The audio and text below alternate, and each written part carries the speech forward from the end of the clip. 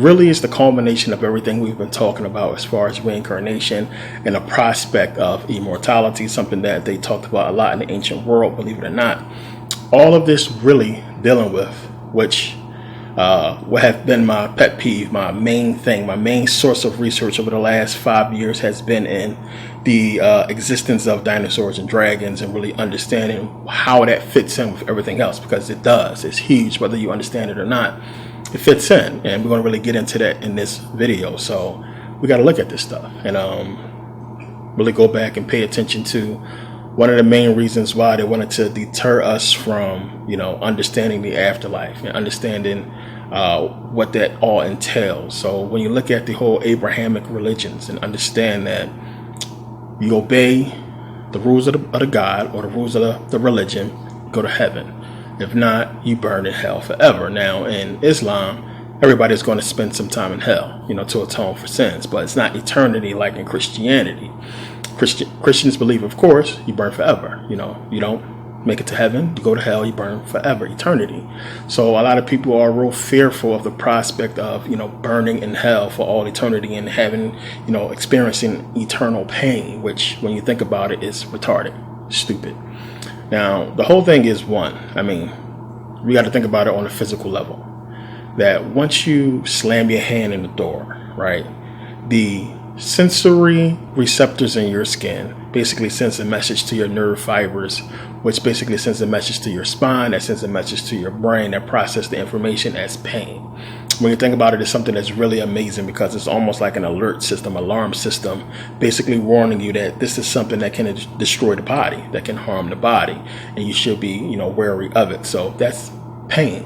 And pain, as we're talking about it, it's a process that can only be felt in a physical form. You need a physical body to experience what we know as pain. So to have the notion that you can experience pain for eternity in a spiritual body is ridiculous. If you take a piece of paper, throw it into a bucket of fire, it's going to burn, it's going to disintegrate into nothing. Same thing is going to happen to your flesh and skin and bones if the fire is right, just like it does in a cremation furnace. Put a body in there, burns it to ashes, burns it to nothingness eventually.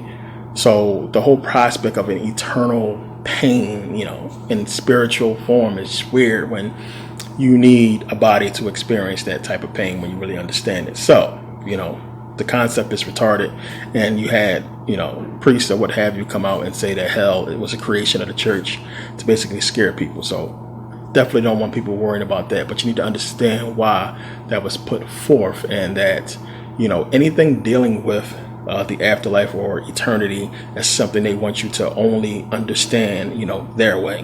Now, the concept of a hell and burning forever is not something that you find in the ancient world. It's not something that they talked about. We understand about the underworld and that whole thing with the ancient Egyptians, basically talking about, when you understand, coming back here. None of them was trying to give you any kind of understanding that you will burn forever in the hellfire and there's this demon, devil, Satan, or what have you. It doesn't exist. So, you have to understand the whole prospect of reincarnation, as the ancients put it, was something that they believe. Now, reincarnation, a lot of people today laugh at it. They don't, think about it at all as far as being something that's possible. But everybody in the ancient world spoke of reincarnation, and it's just there. Can't ignore it. Now, reincarnation comes from the Latin word. Well, it means in Latin to enter the skin again. Now, the ancient Greeks believed in reincarnation. Pythagoras and the Greeks basically called it metempsychosis, which basically comes from the Greek word empsychon. Now, empsychon basically means to put a soul into. So it's there. It's something that was talked about. It's something that we got to look at. And, when you begin to, study the ancient world of Kemet and Sumerians and everybody else, this is what you're going to see. And it's something that pertains to us, and it's something that is being hidden from us because they don't want us to really understand the full dealings and workings of reincarnation and how to escape it. So it's a lot to it. Now, we know Pythagoras studied in ancient Kemet. He believed in reincarnation, as well as Pluto, Socrates, and a bunch of other Greek historians talked about reincarnation. And as I said, they had a word for it. So we understand the whole thing about ancient Greece, how they gave us the Bible.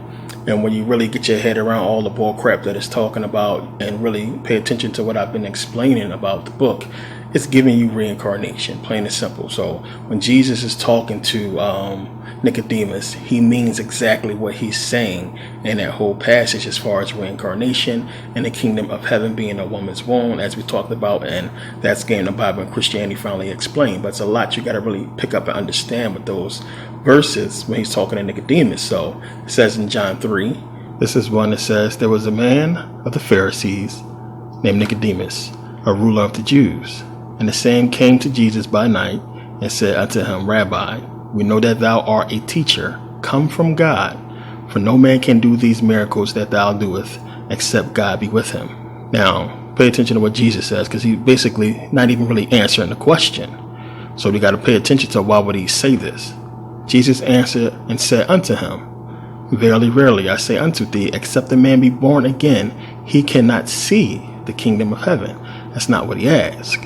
He said you got to have God with you in order to do the miracles that you've done. So why is he talking about you can't even come into the kingdom unless you be born again? Nicodemus saith unto him, How can a man be born when he is old? Can he enter the second time into his mother's womb and be born?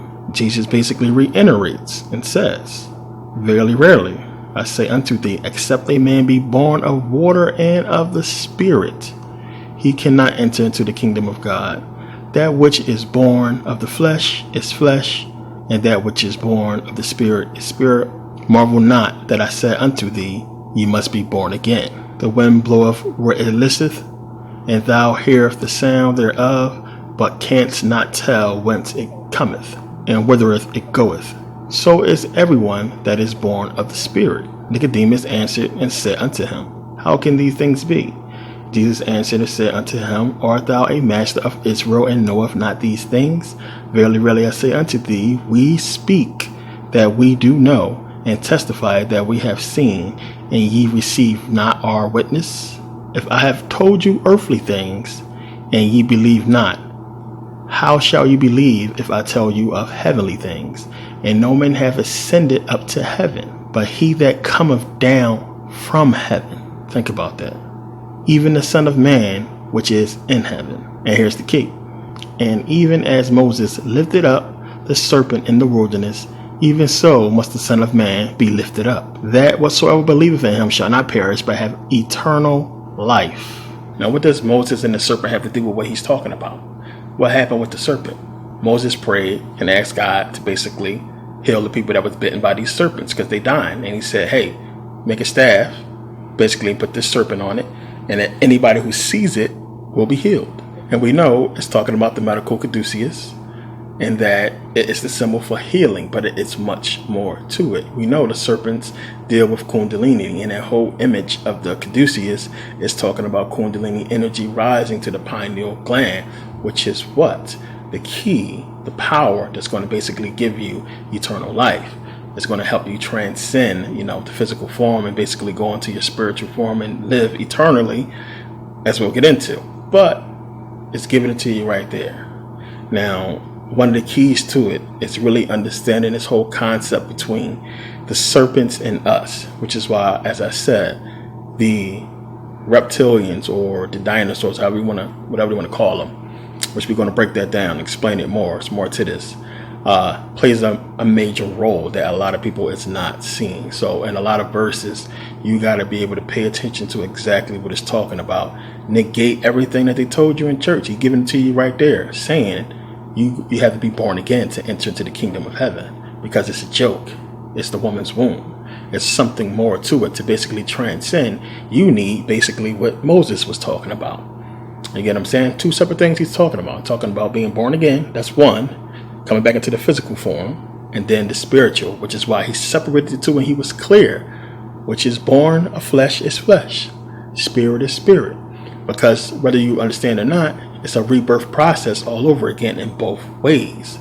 So spiritual at first, we are born in flesh. You die, you go back spiritual, but then you have a decision to make. Are you going to stay spiritual? We're going to go back to flesh and reincarnate. So this is why he's giving you the two instances of flesh is flesh, spirit is spirit, born again, flesh, as Moses, the serpent, lifted up the serpent in the wilderness, so shall the Son of Man. You, us as well, have to be lifted up the same way with the Kundalini energy, either making a choice to be flesh or spirit. So now when we're talking about Kundalini rising in the spine, to bring it into the Egyptian mythology and what the Egyptians talked about, we know this is the Djed pillar, Asar, or Osiris, whatever you want to call him. So now you have to understand, one, where Osiris's body was put back together was in the Delta, in Lower Egypt. So basically, he was put back together in a place called Djed, which is basically where they get the Djed from, which is the original name for Osiris. Before he got his physical body and form, he was represented by this symbol that looked like a spine, or the vertebrae on the spine, and he was called the Djed, and this was where he was put back together in Djed, which is in Lower Egypt. So now in Djed, they have a festival ceremony of the rising pillar, whatever you want to call it, and it basically represents the eve of the agricultural new year. They call it the Corex or the Chorax festival. It's from December 10th to January 8th. January 8th would basically mark the eve of the agricultural new year. The next day will be considered Pert, which Pert means going forth. So the ancient Egyptians looked at this time where you had the flood waters basically start to recede and the land begin to come up out of the waters again. And they called it Pert Asar Neb Djed. Pert Asar Neb Djed. And it basically means house of Osiris. So they basically were celebrating the eve, or the beginning of the harvest, the festival where things are starting to grow, food is starting to grow, agriculture is beginning to be seen, the grass is beginning to come up out of the flood waters or the waters or what have you, and this was something that they celebrated. Another reason why you have the whole celebration of the water lilies basically springing up out of the darkness of the water and basically blooming on top, which is also a representation of Asar, Osiris, because it's showing basically what he represented back then, which was the new harvest. Another reason why Osiris was green is because of this. He originally having to do, or what they understood, they always, put him with agriculture and, life and death or what have you. But this is one of the reasons why he was green. But you got to understand, Osiris represents, life, death, that cycle, rebirth, ascension unto the gods, basically into the next phase of existence or what have you. Osiris represents all of that. Anything that has to do with the cycle of reincarnation, with life, death, ascension or what have you, it's Asar, which is why they put him, on top. So you got to understand what he deals with, and everything that's pertaining to him, you're going to see it's going to have some facet of either agriculture or, spiritual ascension or the wheel of reincarnation or what have you, which is why a lot of people never really paid attention. When you look at the Djed, look at the Djed pillar. The top you have the vertebrae or the spine, but look at the bottom base. The bottom is basically representing the tree, the trunk of a tree coming out of the ground. That's how it looks. So you have both representations of the tree and the spine, basically giving you the tree of life when you really understand what it's talking about. So it's all right there, all in Osiris itself, dealing with so much. So the Corex festival was basically that, and them basically celebrating the growth of the new harvest. This is where a lot of people believe Christmas really began, because what they would do was you would have these shaped body shapes of Osiris, and they're doing with different types of bodies, where they would basically put in mud, barley, and what have you, and it would grow these trees. And this is something that they would celebrate. And this is where a lot of people believe the pagans stole the idea of worshiping the trees and worshiping the roots, plants, and what have you from this Corex festival that the ancient Egyptians was doing long before we ever heard of Christmas, or pagans for that matter. So this is where it's believed to have begun. You have the date, again, December 10th, January 8th, right around that time we got Christmas or what have you. All this stuff was going on around that time pertaining to the ancient Egyptians, and not the Greeks or pagans or what have you. This is where they got the concept from, when you understand the celebration of any type of harvest or anything like that begin there. And this is what the pagans and Everybody else was really into that. The Druids, what have you, was into these types of festivals. So you got to understand, when you're talking about Kundalini rising and this whole process, same thing Jesus is talking about in the Bible, we're talking about two different processes that's taking place at death. You have two cycles that's going to occur. Well, one out of the cycles is going to occur. You're going to either reincarnate, come back to the physical, or you're going to move forward into the spiritual. And that's what it's representing with Kundalini energy. The caduceus, the two serpents, representing the dualistic nature. Remember, we're talking about dualism here. You have spiritual, physical. You get it? So this is why it's two different cycles. One cycle of flesh, one cycle of spirituality, which is basically what Jesus is talking about in the Bible when he's saying, you know, you have the flesh is flesh, spirit is spirit. Now, Osiris represents the mastery of those cycles, plain and simple. That's what you got to understand, the master of that cycle. And when you look at the Book of the Dead, remember, we talked about this. You have the Book of the Dead with Ani. And what happened when Ani passes judgment? Remember, judgment of the heart, you know, truth, ma'at, plain and simple, which when you really understand, your heart is both on this physical realm, spiritual and physical at the same time, because your heart generates that magnetic field, that energy, spiritual, and it's flesh. It's dual, it's powerful when you really understand.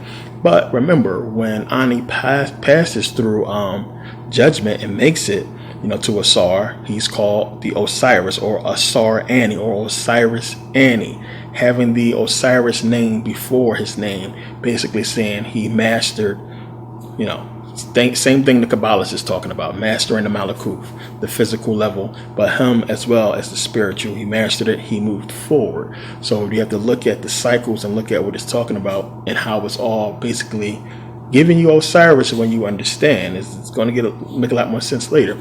So you have Bible, Jesus telling you, you know, you got to be reborn, or you got to be as what Moses did, the medical caduceus, the Kundalini energy with the serpents, and you got to choose. And the whole thing is having the power and the knowledge to basically make it to even have the opportunity to choose. If not, it's going to be chosen for you, basically.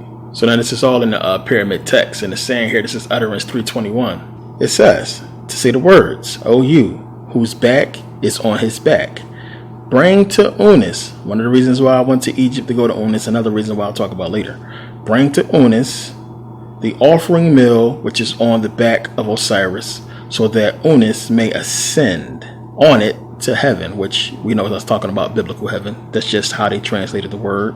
So that Unis may serve as courtier, guardian, protector, or protection to Re in the sky. So now we understand so many people talking about, you know, meditation and Kundalini rising and how meditation helps out with that. And we see the dragon symbology everywhere, especially in the caduceus and with Kundalini rising, which is basically, you know, two serpent dragons that represent those things. But we see esoterically, dragons represent immortality. They represent the cycle of life and death, and we see it in so many different places with Ouroboros, which we'll talk about, and you know, the wheel of reincarnation, usually represented with a dragon on the outer part of it. But we see the symbology in so many different places, having the dragon esoterically represent immortality, which is basically really giving us a major clue into the fact that we're seeing it everywhere. We're seeing the dragon symbology in the Bible. We're seeing it in ancient Kemet, which we're going to get into, and what it's pertaining to. So now, before we get into all this, let me give you my theory on all of this, because my research we're going to talk about in a second. But when you look at it, you know, we know the ancient Egyptians was basically the first alchemists. They were into alchemy. And when you understand alchemy, which we'll talk about in a second as well, you understand that there are different types of, you know, alchemy, and different types of transmutations or agendas or goals you would have with alchemy, not just about base metals and gold or what have you. So we understand that. So paying attention, doing the research and looking at it, it seems as if the ancient Egyptians developed the elixir of life, which is one of the things you hear about in alchemy with the whole philosopher's stone and all that stuff. But it seems as if they did it. One of the things I want you to consider is the existence of something means it had to exist. Now, we have imaginations. of course, but the concept of something had to come from somewhere. So far as we go back, we're seeing this stuff. And I want to also point out, the ancient Egyptians wasn't into all that. I mean, they didn't put on plays and shows and all that kind of stuff to really lie about something that is this outrageous. This is something that they really talked about. So from my research, we see that they were into alchemy.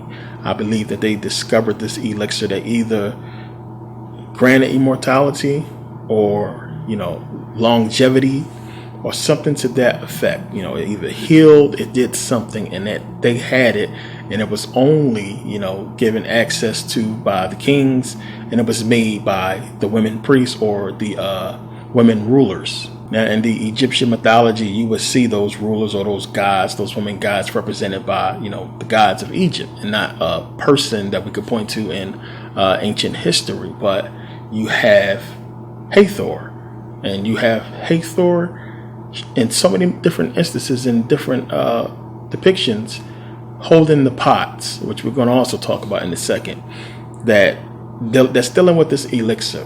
Now, me and many other people believe that this is one of the reasons why ancient Kemet was taken down, is because they did have this elixir, that they did have this secret, and people wanted it. People attacked Kemet a lot for it, and Kemet had a different reason why they had it, whatever that was, but they didn't want to really give it out. I don't believe so to just anybody. And as I said, the pharaohs was the only one who was supposed to have access to this elixir. So you have that. But I also believe, and from my research, that they could only prepare this elixir, whatever you want to call it, with the aid of these dragons. I know it's going to sound crazy, but y'all know me. I always bring my proof.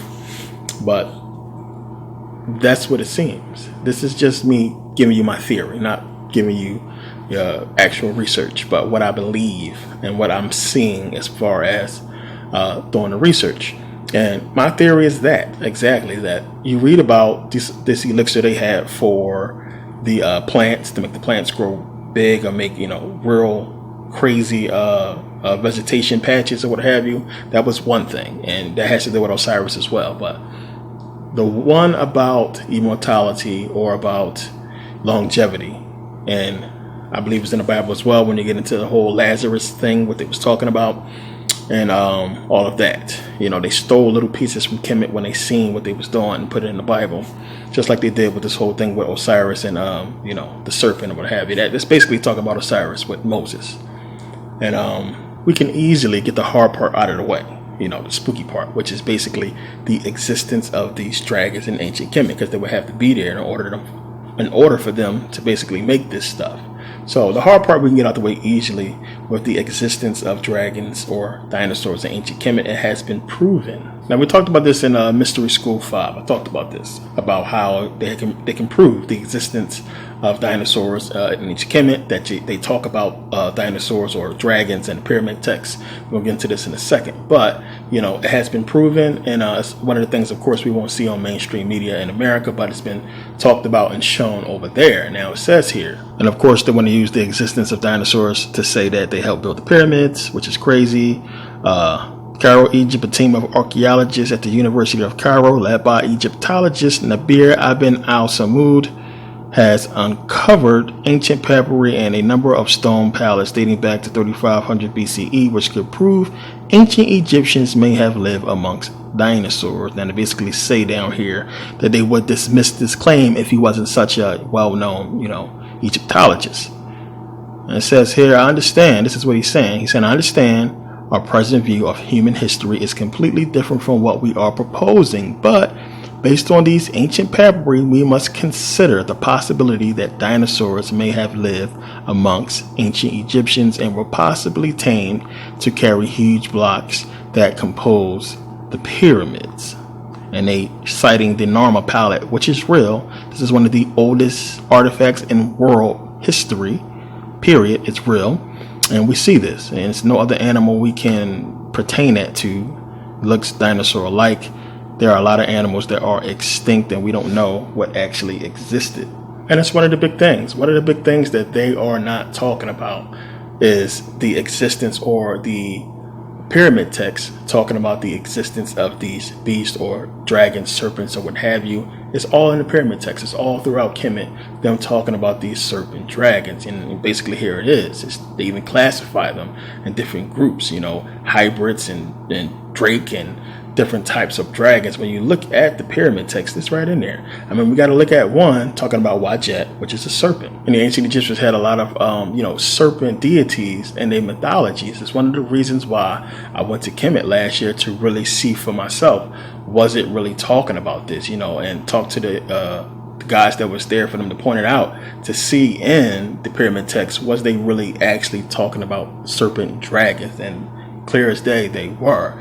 And it's something that nobody's really, talking about, because one, when you look up Ouroboros and the whole history of it, comes from ancient Kemet. It comes from the pyramid text of Unis, which is why I went there, and that's where they found it. Now, it's saying this is basically the origin. Its origin goes back to ancient Egypt and ancient Greece. Originally, its first use was in the emblematic serpent that was found in the hieroglyphics that was in the sarcophagus chamber of the pyramid of Unis. And here I am right there in that chamber.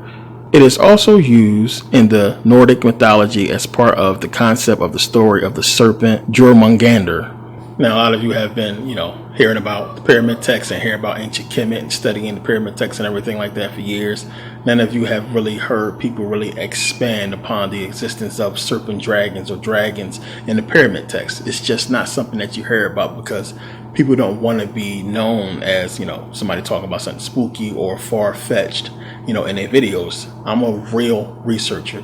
I really do this. I be up for days researching, trying to figure this stuff out, because I'm obsessed with it. I'm just keep it real. But it's good for us to have this recording of this information and pass it down to each other.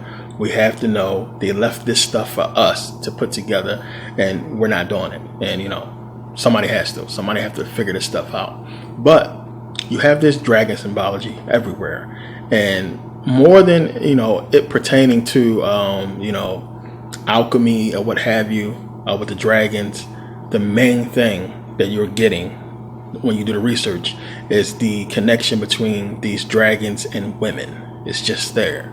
Even when I talked about Maria Gambudis, when she was founding the whole civilizations with just women, they always had this connection. The person that was considered the great mother was always buried with this figurine of a serpent dragon, or the transition from this reptilian to a human. Remember, I showed that in one of my videos, but it was there, and it's always this connection. So one of the things you got to realize, long before, the Salem witch trial, the so-called Salem witch trial, women was being called, there were witches or whatever like that. Witches did not originate with Salem. Just let me say that.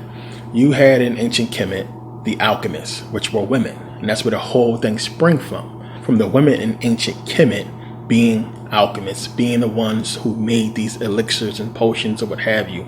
Long before any so-called witch brewed anything, they was doing it in ancient Kemet. So witches and that whole concept didn't begin with some white women in Salem. It began in ancient Kemet, and you can see clear as day in the hieroglyphics. Pay attention to what she's holding. They look like cauldron pots.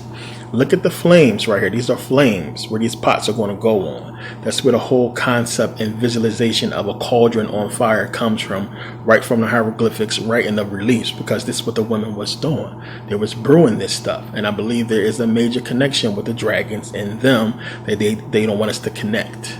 So now let me give you alchemy real quick. It says, alchemy as a form of scientific and philosophic practice, and is a kind of a combination of magic and science. And the base philosophy of alchemy is the study of transforming something into something else, basically. Origins of alchemy date back to ancient China and Egypt, became popular in Europe during the Middle Ages. The original main purpose of studying alchemy was to be able to turn normal metals, base metals, into silver and gold through transmutation by creating and using the philosopher's stone. This is all metaphorical when you really understand it as well. The more magical side of alchemy is some other goals, such as achieving immortality through discovering the elixir of life. I've talked about Egyptian high alchemy. Everybody is known. This is where it's coming from. And we know ancient Kemet, ancient China. When you go to ancient China, still, just like in Thailand and many other ancient places, India as well, we find the ancient civilizations that did something one way, and all that changed at some point, which we'll get into.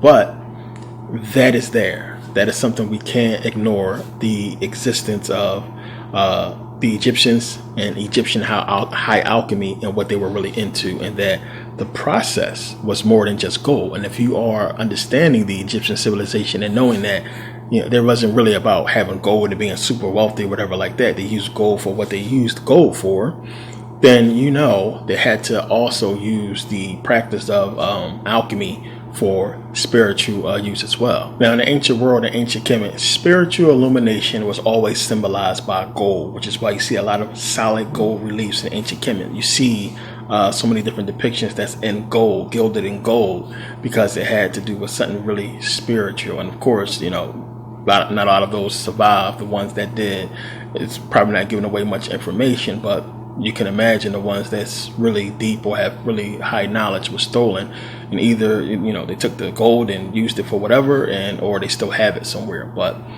gold was symbolic for spirituality. So you had so many different depictions. A lot of people are not picking up on this or really looking at the reliefs hard, but you see that, you know, one, this elixir was meant for more than just, you know, immortality. Like I said, possibly could have been to heal or longevity or what have you, but it was only privy to the pharaohs. And you see so many different depictions of these potions, these cups, this, you know, these little pots given to the pharaohs on the throne of these potions, and them drinking these potions. A lot of people don't pay attention to this stuff. Look at it. You can see clear as day what it's talking about and what it's showing. It's showing them getting these potions, and it's a lot of different reliefs that show this stuff. This is where the whole concept of a whole holy grail comes from.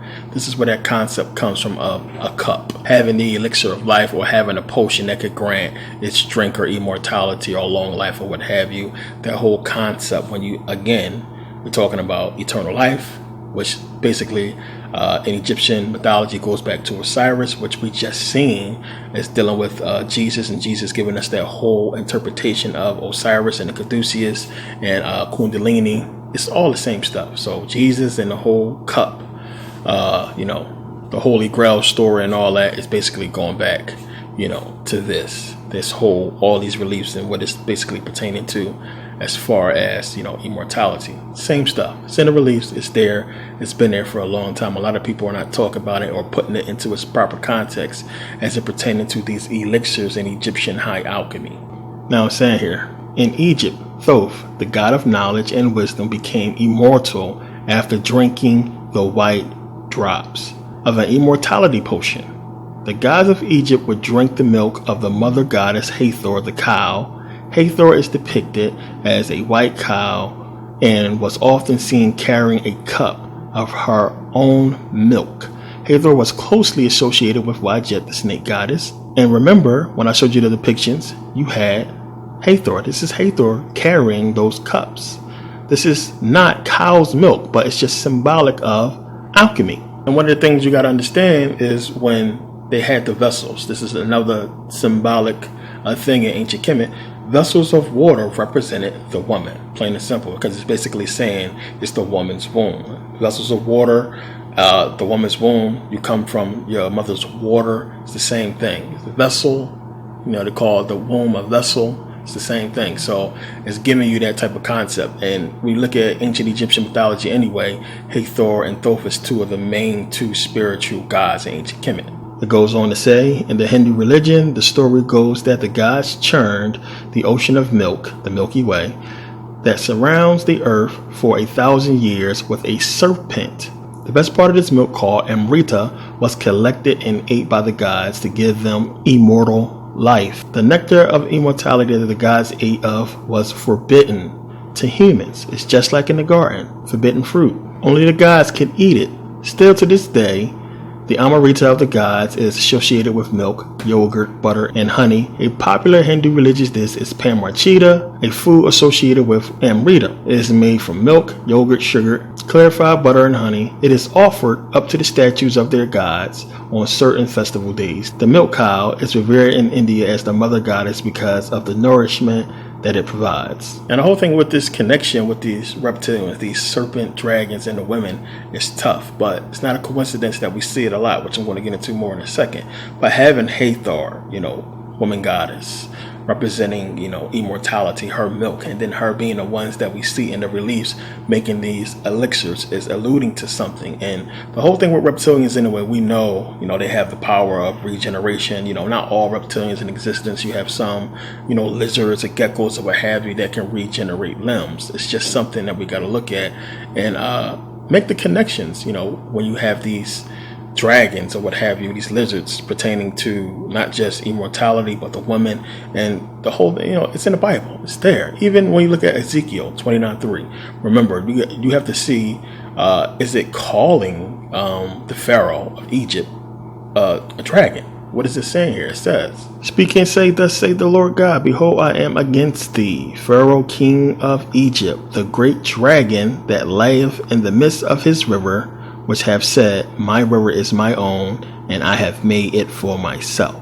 So you got two things going on here. One, the whole context of Egypt and these dragons. Again, going back into the pyramid text and what they were talking about as far as dragons and the pyramid text, there you have it in the Bible as well, making that connection. And I talked about in Mystery School 5 how, in the Bible, they're talking about dragons, dinosaurs, or what have you, whatever you want to call them, in the Bible as well. The connections are there. Nobody is giving it to you. They ain't giving you sermons about this in church. People are not really talking about it, yet it's there clear as day. And there have been many books written on the whole, concept and the whole notion of these dragons being in ancient Kemet and what all that really means. It's a lot of information out there, and not too many people even care to put the dots together. The main people, I should say, who should be worried about it, which is us. It pertains to us. And we are the ones who are not really dealing with it or care about it because we're so, deceived by so much other stuff. So then when you bring it